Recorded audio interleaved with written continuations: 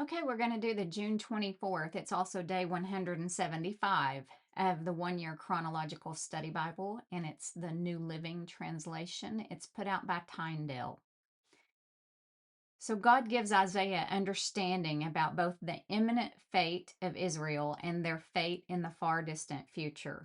His own broken and disobedient people will be devoured by the Assyrians. But though God will use Assyria as his tool of discipline, he will also bring judgment upon Assyria for their willingness to destroy and plunder his people. Isaiah also describes the birth of the child, the son who will govern his people. Isaiah 9, 1 through 7. The Spirit of the Lord will rest upon him, the spirit of wisdom and understanding, of counsel and might, of knowledge and the fear of the Lord.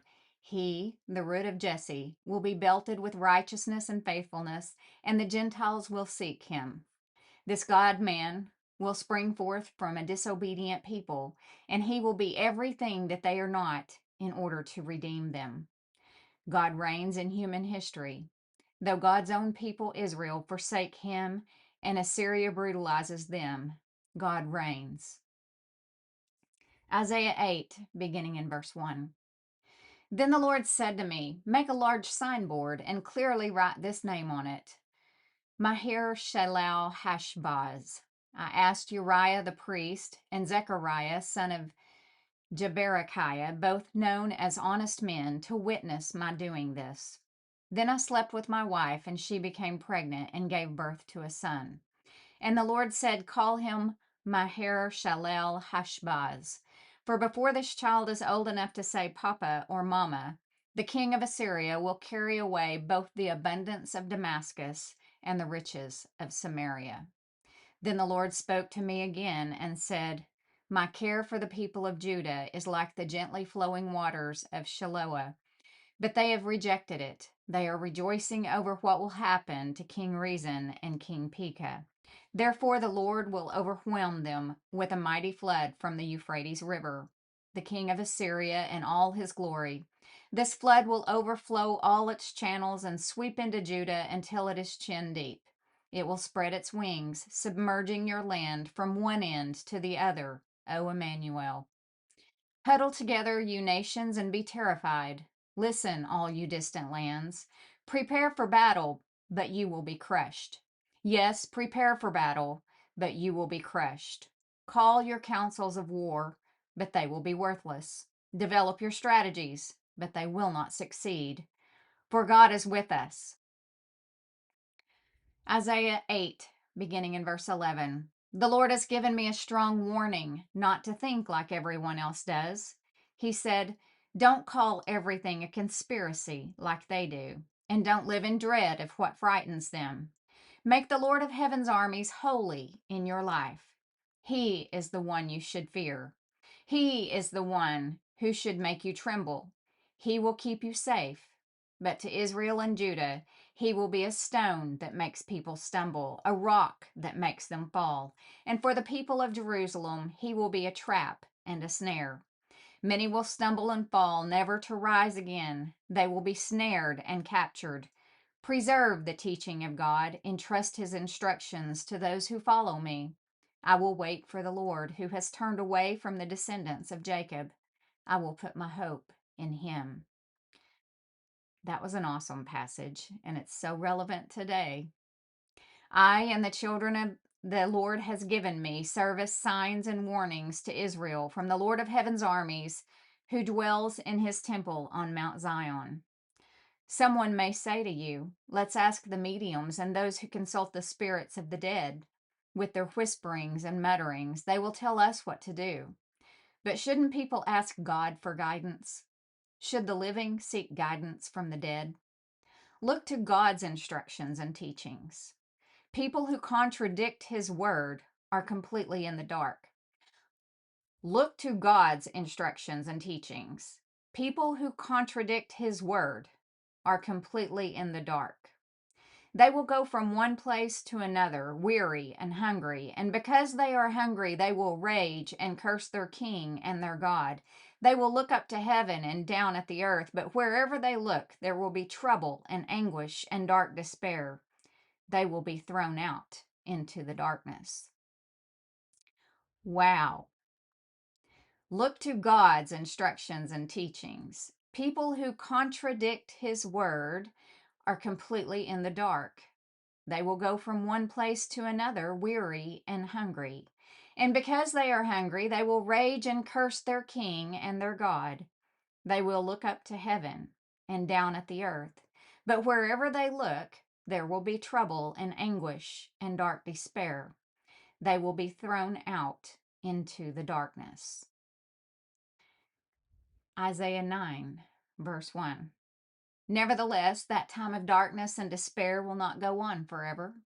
The land of Zebulun and Naphtali will be humbled, but there will be a time in the future when Galilee of the Gentiles, which lies along the road that runs between the Jordan and the sea, will be filled with glory. The people who walk in darkness will see a great light. For those who live in a land of deep darkness, a light will shine. You will enlarge the nation of Israel, and its people will rejoice. They will rejoice before you as people rejoice at the harvest, and like warriors dividing the plunder. For you will break the yoke of their slavery and lift the heavy burden from their shoulders. You will break the oppressor's rod, just as you did when you destroyed the army of Midian. The boots of the warrior and the uniforms, blood-stained by war, will all be burned. They will be fuel for the fire. For a child is born to us, a son is given. The government will rest on his shoulders, and he will be called Wonderful Counselor, Mighty God, Everlasting Father, Prince of Peace. His government and its peace will never end. He will rule with fairness and justice from the throne of his ancestor David for all eternity. The passionate commitment of the Lord of heaven's armies will make this happen. Isaiah 9, verse 8. The Lord has spoken out against Jacob. His judgment has fallen upon Israel. And the people of Israel and Samaria, who spoke with such pride and arrogance, will soon know it. They said, "We will replace the broken bricks of our ruins with finished stone, and replant the felled sycamore fig trees with cedars." But the Lord will bring Rezin's enemies against Israel and stir up all their foes. The Syrians from the east and the Philistines from the west will bear their fangs and devour Israel. But even then, the Lord's anger will not be satisfied. His fist is still poised to strike. For after all this punishment, the people will still not repent. They will not seek the Lord of heaven's armies. Therefore, in a single day, the Lord will destroy both the head and the tail, the noble palm branch and the lowly reed. The leaders of Israel are the head, and the lying prophets are the tail. For the leaders of the people have misled them. They have led them down the path of destruction. That is why the Lord takes no pleasure in the young men and shows no mercy even to the widows and orphans, for they are all wicked hypocrites, and they all speak foolishness. But even then, the Lord's anger will not be satisfied. His fist is still poised to strike. This wickedness is like a brush fire. It burns not only briars and thorns, but also sets the forest ablaze. Its burning sends up clouds of smoke. The land will be blackened by the fury of the Lord of heaven's armies. The people will be fuel for the fire, and no one will spare even his own brother. They will attack their neighbor on the right, but will still be hungry. They will devour their neighbor on the left, but will not be satisfied. In the end, they will even eat their own children. Manasseh will feed on Ephraim. Ephraim will feed on Manasseh, and both will devour Judah. But even then, the Lord's anger will not be satisfied. His fist is still poised to strike. Chapter 10. What sorrow awaits the unjust judges and those who issue unfair laws. They deprive the poor of justice and deny the rights of the needy among my people. They prey on widows and take advantage of orphans. What will you do when I punish you? When I send disaster upon you from a distant land? To whom will you turn for help? Where will your treasures be safe? You will stumble along as prisoners or lie among the dead. But even then, the Lord's anger will not be satisfied. His fist is still poised to strike. What sorrow awaits Assyria? the rod of my anger. I use it as a club to express my anger. I am sending Assyria against a godless nation, against a people with whom I am angry. Assyria will plunder them, trampling them like dirt beneath its feet. But the king of Assyria will not understand that he is my tool. His mind does not work that way. His plan is simply to destroy, to cut down nation after nation. He will say, each of my princes will soon be a king. We destroyed Kauno just as we did Carchemish. Hamath fell before us as Arpad did, and we destroyed Samaria just as we did Damascus. Yes, we have finished off many a kingdom whose gods were greater than those in Jerusalem and Samaria. So we will defeat Jerusalem and her gods just as we destroyed Samaria with hers. After the Lord has used the king of Assyria to accomplish his purposes on Mount Zion and in Jerusalem, he will turn against the king of Assyria and punish him, for he is proud and arrogant. He boasts, by my own powerful arm I have done this. With my own shrewd wisdom I planned it. I have broken down the defenses of nations and carried off their treasures. I have knocked down their kings like a bull. I have robbed their nest of riches and gathered up kingdoms as a farmer gathers eggs. No one can even flap a wing against me or utter a peep of protest. But can the axe boast greater power than the person who uses it? Is the saw greater than the person who saws? Can a rod strike unless a hand moves it? Can a wooden cane walk by itself? Therefore, the Lord of heaven's armies, will send a plague among Assyria's proud troops, and a flaming fire will consume its glory. The Lord, the light of Israel, will be a fire. The Holy One will be a flame. He will devour the thorns and briars with fire, burning up the enemy in a single night. The Lord will consume Assyria's glory, like a fire consumes a forest in a fruitful land. It will waste away like sick people in a plague. Of all that glorious forest, only a few trees will survive, so few that a child could count them. In that day, the remnant left in Israel, the survivors in the house of Jacob, will no longer depend on allies who seek to destroy them, but they will faithfully trust the Lord, the Holy One of Israel. A remnant will return. Yes, the remnant of Jacob will return to the mighty God. But though the people of Israel are as numerous as the sand of the seashore, only a remnant of them will return. The Lord has rightly decided to destroy his people. Yes, the Lord of heaven's armies, has already decided to destroy the entire land. So, this is what the Lord of heaven's armies says: O my people in Zion, do not be afraid of the Assyrians when they oppress you with rod and club as the Egyptians did long ago. In a little while, my anger against you will end, and then my anger will rise up to destroy them. The Lord of heaven's armies will lash them with his whip, as he did when Gideon triumphed over the Midianites at the rock of Oreb, or when the Lord's staff was raised to drown the Egyptian army in the sea.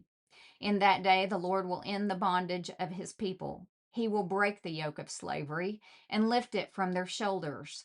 Look, the Assyrians are now at Iath. They are passing through Migron and are storing their equipment at Michmash. They are crossing the pass and are camping at Geba. Fear strikes the town of Ramah. All the people of Gibeah, the hometown of Saul, are running for their lives. Scream in terror, you people of Gallim. Shout out a warning to Laisha. Oh, poor Anathoth. There go the people of Madmenah, all fleeing. The citizens of Gimom are trying to hide. The enemy stops at Nob for the rest of that day. He shakes his fist at beautiful Mount Zion, the mountain of Jerusalem. But look, the Lord of heaven's armies, will chop down the mighty tree of Assyria with great power. He will cut down the proud. That lofty tree will be brought down. He will cut down the forest trees with an axe. Lebanon will fall to the mighty one. Chapter 11. Out of the stump of David's family will grow a shoot. Yes, a new branch bearing fruit from the old root. And the Spirit of the Lord will rest on him, the Spirit of wisdom and understanding, the Spirit of counsel and might, the spirit of knowledge and the fear of the Lord. He will delight in obeying the Lord. He will not judge by appearance, nor make a decision based on heresy. He will give justice to the poor and make fair decisions for the exploited. The earth will shake at the force of his word, and one breath from his mouth will destroy the wicked. He will wear righteousness like a belt and truth like an undergarment. In that day, the wolf and the lamb will live together. The leopard will lie down with the baby goat. The calf and the yearling will be safe with the lion, and a little child will lead them all. The cow will graze near the bear.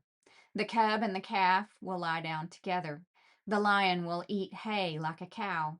The baby will play safely near the hole of a cobra. Yes, a little child will put its hand in a nest of deadly snakes without harm. Nothing will hurt or destroy in all my holy mountain. For as the waters fill the sea, so the earth will be filled with people who know the Lord. Right there, that passage that we just finished, he's talking about the new heaven and the new earth after everything, after the millennium, after everything. He's talking about the new heaven and the earth. What a day to look forward to. In that day, the heir to David's throne will be a banner of salvation to all the world. The nations will rally to him, and the land where he lives will be a glorious place. In that day, the Lord will reach out his hand a second time to bring back the remnant of his people, those who remain in Assyria and northern Egypt, in southern Egypt, Ethiopia, and Elam, in Babylonia, Hamath, and all the distant coastlands. He will raise a flag among the nations and assemble the exiles of Israel. He will gather the scattered people of Judah from the ends of the earth. Then at last, the jealousy between Israel and Judah will end. They will not be rivals anymore. They will join forces to swoop down on Philistia to the west. Together they will attack and plunder the nations to the east. They will occupy the lands of Edom and Moab, and Ammon will obey them. The Lord will make a dry path through the gulf of the Red Sea. He will wave his hand over the Euphrates River, sending a mighty wind to divide it into 7 streams so it can easily be crossed on foot. He will make a highway for the remnant of his people, the remnant coming from Assyria, just as he did for Israel long ago when they returned from Egypt. And that concludes the June 24th daily Bible reading. Thanks for joining